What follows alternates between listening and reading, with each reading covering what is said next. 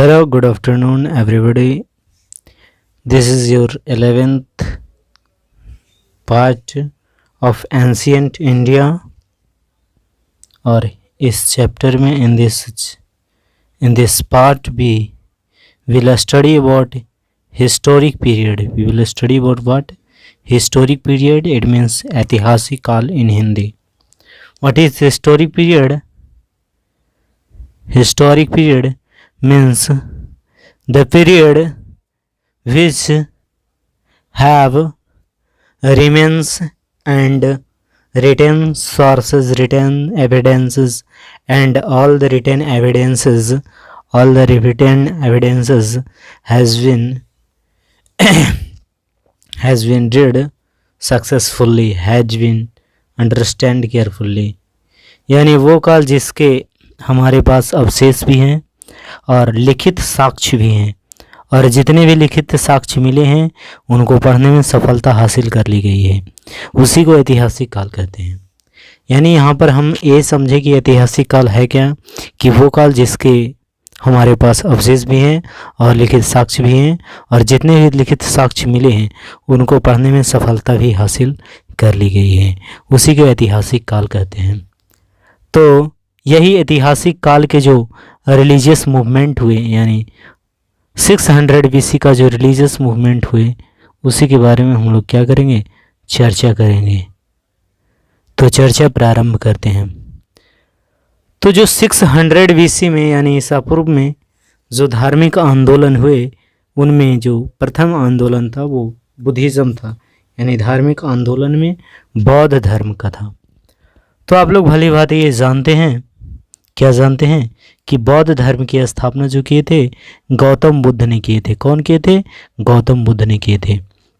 और ये भी जानते होंगे कि गौतम बुद्ध को लाइट ऑफ एशिया यानी एशिया के ज्योति पुंज भी कहा जाता है। इन्हें लाइट ऑफ एशिया कहा जाता है, यानी एशिया के ज्योति पुंज कहा जाता है। देखिए, जानकारी है कि क्योंकि ये शाक्य कुल के क्षत्रिय थे, इसलिए इन्हें शाक्य मुनि भी कहा जाता है। देखिए, ये जो गौतम बुद्ध थे, महात्मा बुद्ध थे, ये शाक्य कुल में पैदा हुए थे, इसलिए इनको शाक्य मुनि के नाम से भी जाना जाता है। इनका पिता का नाम, इनके पिता भी शाक्य कुल में पैदा हुए थे, जो क्षत्रियों का एक कुल हुआ करता था। यानी इनके पिता भी एक शाक्य कुल के क्षत्रिय थे, जो कि क्षत्रियों का कुल था, शूरवीरों का कुल था। गौतम बुद्ध का जन्म जो 563 BC में नेपाल के कहाँ पर हुआ था? नेपाल के कपिलवस्तु नामक स्थान पर। कपिलवस्तु नामक स्थान का लुम्बिनी नाम का एक ग्राम है। तो लुम्बिनी नामक ग्राम कपिलवस्तु शहर और नेपाल देश में हुआ था। और NCERT ये मानता है कि महात्मा बुद्ध का जन्म 566 BC में हुआ था। तो NCERT का अगर जो ज़्यादा से जिक्र करे तो 566 ईस्वी देना है, अन्यथा 563 ईस्वी। आगे इन्हीं के बारे में चर्चा करेंगे। ये संपूर्ण वीडियो इन्हीं के नाम होगा, गौतम बुद्ध और उनके जीवन से रिलेटेड नॉलेज, यही सब के बारे में ध्यान देकर समझने का प्रयास कीजिए। His childhood name was Siddhartha, यानी उनके बचपन का नाम सिद्धार्थ था। His father name was Shuddhodana, और उनके पिता का नाम शुद्धोधन, जो कि शाक्य कुल शाक्य वंश के थे। His mother name was Mahamaya, जो कि कौलिय वंश की थी, और उनकी माँ का नाम था महामाया, जो किस वंश से बिलोंग करती थी? जो वास्ता रखती थी, यानी कौलिय वंश से, कौलिय डायनेस्टी से। नेक्स्ट देखिए कि जब सिद्धार्थ का जन्म हुआ तो इसके 7वें दिन ही इनकी माता महामाया का देहांत हो गया। उसके बाद इनका लालन पालन के मौसी के द्वारा किया गया, जिनका नाम प्रजापति गौतमी था। प्रजापति गौतमी था, जो आगे चलकर यही प्रजापति गौतमी यानी महात्मा बुद्ध के प्रथम महिला शिष्य, फर्स्ट फीमेल डिसिपल्स बने महात्मा बुद्ध के। अब एक्चुअली जानते हैं कि at the age of 16 years Siddhartha got married to a girl named Yashodhara, और जब उम्र 16 साल की हो गया तब इनकी विवाह, इनकी स्वयंवर, इनकी मैरिज एक यशोधरा नाम की राजकुमारी से करा दी गई 16 वर्ष की आयु में। आगे ध्यान देते हैं। तो जब विवाह संपन्न हो गया तो इनकी पत्नी का नाम पड़ा यशोधरा, और यशोधरा से इनका एक पुत्र हुआ जिनका नाम था राहुल। नाम क्या था? राहुल था।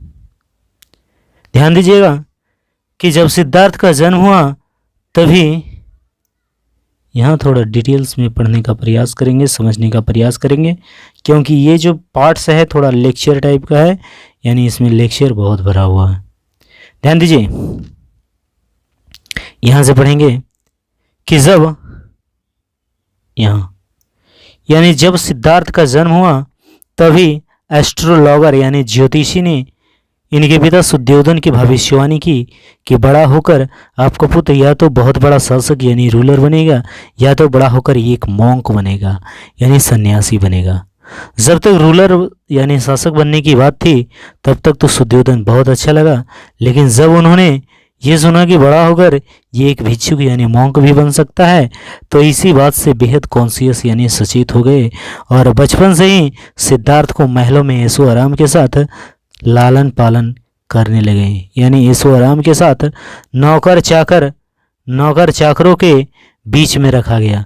कहने का मतलब ये था कि बचपन से ही पूरे ऐशो आराम में रखा गया। सिद्धार्थ को इन्हें इनके महल से बाहर जाने की इजाज़त नहीं थी।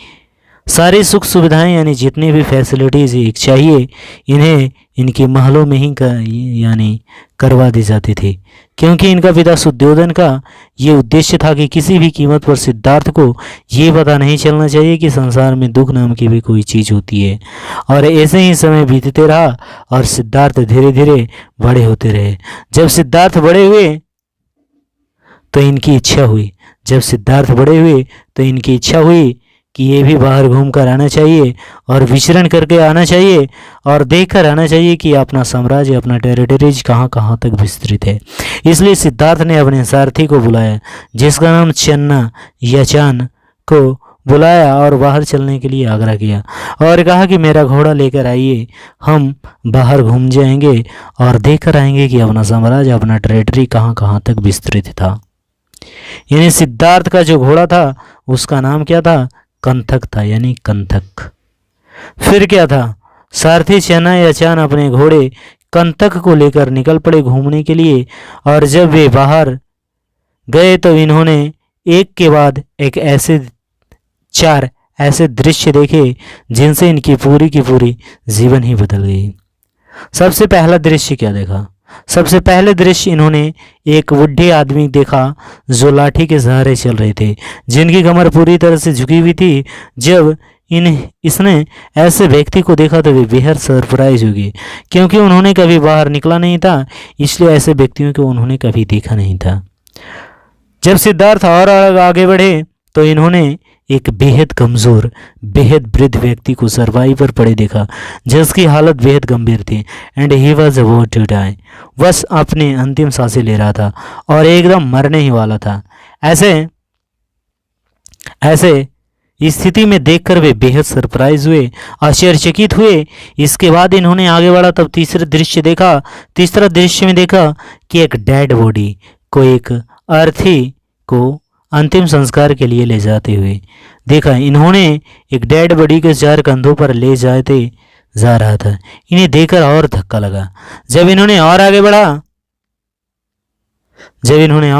बढ़ा तो देखा कि एक हंसते हुए, मुस्कुराते हुए एक सन्यासी को देखा, भिक्षुक को देखा, एक मॉन्क को देखा जिसके चेहरे पर, जिसके माथे पर कोई सिकन नहीं थी, कोई परेशानी नहीं थी, मस्त होकर अपनी धुन में चला जा रहा था। चेहरे पर तेज था और कोई भी टेंशन नहीं था। इन चारों दृश्यों को देखकर ये बेहद सरप्राइज हुए और इन्होंने चन्ना से पूछा कि आप इन चारों दृश्यों का मतलब समझाइए, क्योंकि मुझे तो कुछ समझ में नहीं आया। फिर क्या था? बचपन से लेकर सुद्योधन यानी उनके पिता सुद्योधन ने जितनी की मेहनत की थी इन सब का भांडा फोड़ कर दिया गया चन्ना के द्वारा। चन्ना ने ही सिद्धार्थ को जीवन का परम सत्य बताया और कहा, सिद्धार्थ, ये जीवन है, ये जो संसार है दुखों से भरा हुआ है और हर व्यक्ति के जीवन में एक ऐसी स्थिति आनी है, एक ऐसा स्टेज आनी है जब उसे बूढ़ा भी होना है, जब उसे कमज़ोर भी होना है और जब उसकी मृत्यु भी होनी है। कहने का मतलब ये हुआ, कहने का मतलब ये हुआ कि मृत्यु पूरी तरह से अटल है, इसे कोई भी नहीं टाल सकता है। हम चाहे किसी भी लक्ष्य के पीछा करते रहे, चाहे हम किसी भी चीज़ को प्राप्त करने के लिए अग्रसर रहें, लेकिन जीवन का ये परम सत्य है, हर इंसान को कमज़ोर भी होना है, बुढ़ा भी होना है और मृत्यु भी होना है। चाहे वो राजा हो, रंक हो, चाहे अमीर हो, गरीब हो, चाहे पुरुष हो या महिला हो, चाहे वो उच्च वर्ग हो या निम्न वर्ग हो, चाहे वो निम्न वर्ग का हो, हर व्यक्ति को साथ ये होना है। The ultimate goal of the life is death. ये बातें सुनकर सिद्धार्थ के पांव के तले जमीन सिसक गई। और this was the turning point of his life. जब सिद्धार्थ की आयु लगभग 29 वर्ष की थी, तब उन्होंने आधी रात में बिना किसी को बताए हुए ग्रह त्याग कर दिया। घर त्याग करने की यह घटना बुद्धिज्म में महाविनिष्क्रमण कहलाया। He reached at the bank of Anuma river. At the bank of the river he became his monk. यानी राजसी वस्त्र का त्याग किया और एक भिक्षु यानी एक मॉन्क का वस्त्र वो धारण किया और निकल पड़े महाज्ञान की खोज में। और पहुंच गए कहाँ? पहुंच गए राजगिरा। राजगिरा में उनके एक पहले टीचर्स मिले आलार कलाम, जिनसे वो सांख्य दर्शन की शिक्षा ली। और वैशाली पहुँचे, जहाँ रुद्रक रामपुत्रा इनके शिक्षक थे, जो योग दर्शन की शिक्षा दी। उसके बाद पहुँच गए ये गया। जब ये गया पहुँचे तो इनकी मुलाकात 5 अन्य ब्राह्मणों से हुआ। After the meditation of 6 years, finally at the age of 35, Siddhartha got his enlightenment at the bank of the river Niranjana Devi under a peepal tree. यानी बोध गया में निरंजना नदी के किनारे एक पीपल वृक्ष के नीचे गया में लगभग 35 वर्ष की उम्र में इन्हें प्राप्त हुआ। बैसाख महीना के पूर्णिमा को एनलाइटमेंट यानी महाज्ञान की प्राप्ति हुई अंडर ए पीपल ट्री। महाज्ञान प्राप्ति को जो बुद्धिज्म में कहा जाता है निर्वाण कहते हैं। महाज्ञान प्राप्ति के बाद बुद्ध तथागत कहलाए। जहाँ वो तपस्या करते थे वहीं सुजाता नाम की एक कन्या गाय चराने आया करती थी और उसी गाय के दूध के खीर खाकर अनशन तोड़ा था। और यानी बुद्ध धर्म, बौद्ध धर्म में, बुद्धिज्म में एक बहुत ही बड़ा पर्व होता है बुद्ध पूर्णिमा, जो प्रसाद के रूप में खीर मिलता है। आगे हम लोग ध्यान देने का प्रयास करते हैं कि सर्वप्रथम उपदेश सारनाथ में, यानी जो सारनाथ कहाँ है? यूपी यानी वाराणसी में है। जिनका मृगदाव वन में उन्हीं 5 ब्राह्मणों को दिया था जो उनका साथ छोड़कर चले गए थे। सारनाथ को पहले ऋषि पत्तनम भी कहा जाता था। बुद्ध का प्रथम उपदेश बुद्धिज्म में धर्मचक्र परिवर्तन कहलाता है। प्रथम उपदेश को 4 आर्य सत्य दिए, यानी दुख समुदाय, दुख निरोध और दुख निरोधगामिनी प्रतिपदा। यानी इन दुखों के निवारण के लिए एक अष्टांगिक मार्ग यानी 8 मार्ग बताए। वो के मार्ग क्या था? सम्यक दृष्टि, सम्यक वाक, सम्यक संकल्प, सम्यक योग, सम्यक आजीवक, सम्यक क्रांत, सम्यक बुद्धि और सम्यक समाधि। बौद्ध धर्म के 3 रत्न कौन से थे? बुद्ध, धम्म एंड संघ। देखिए, सर्वाधिक उपदेश जो बुद्ध दिए वो श्रावस्ती में दिए। और बुद्ध के यानी उपदेश देने की भाषा क्या थी? पाली लैंग्वेज में ज़्यादातर भाषाएं दी। इनके प्रथम शिष्य यानी 2 शूद्र हुए, जिनका नाम तपस्सु और भल्लुक था। कौन था? तपस्सु और भल्लुक। भल्लुक का जो दूसरा नाम था कल्लिक भी कहीं कहीं पर मिलता है, कल्लिक। इनका प्रथम शिष्य यानी प्रथम महिला शिष्य हुई इनकी मौसी यानी प्रजापति गौतमी। और इनके जो प्रधान शिष्य थे तो आनंद एवं उपाली, आनंद और उपाली इनके प्रधान शिष्य थे। In the last stage of his life Gautam Buddha wrist Kushinagar में अपना अंतिम उपदेश यानी शुभक्ष को दिया। उसके बाद चंद लोहार यानी चंद शिष्य लोहार के घर में पहुँचे। इसी चुंद लोहार ने भोजन में पोर्क यानी सुअर का मांस परोसा। उस वक्त इनकी आयु लगभग 80 वर्ष की हो गई थी और पोर्क को अच्छी तरह से डाइजेस्ट नहीं कर पाए। जिसके कारण से इन्हें डायसेंट्री यानी अतिसार रोग हो गया।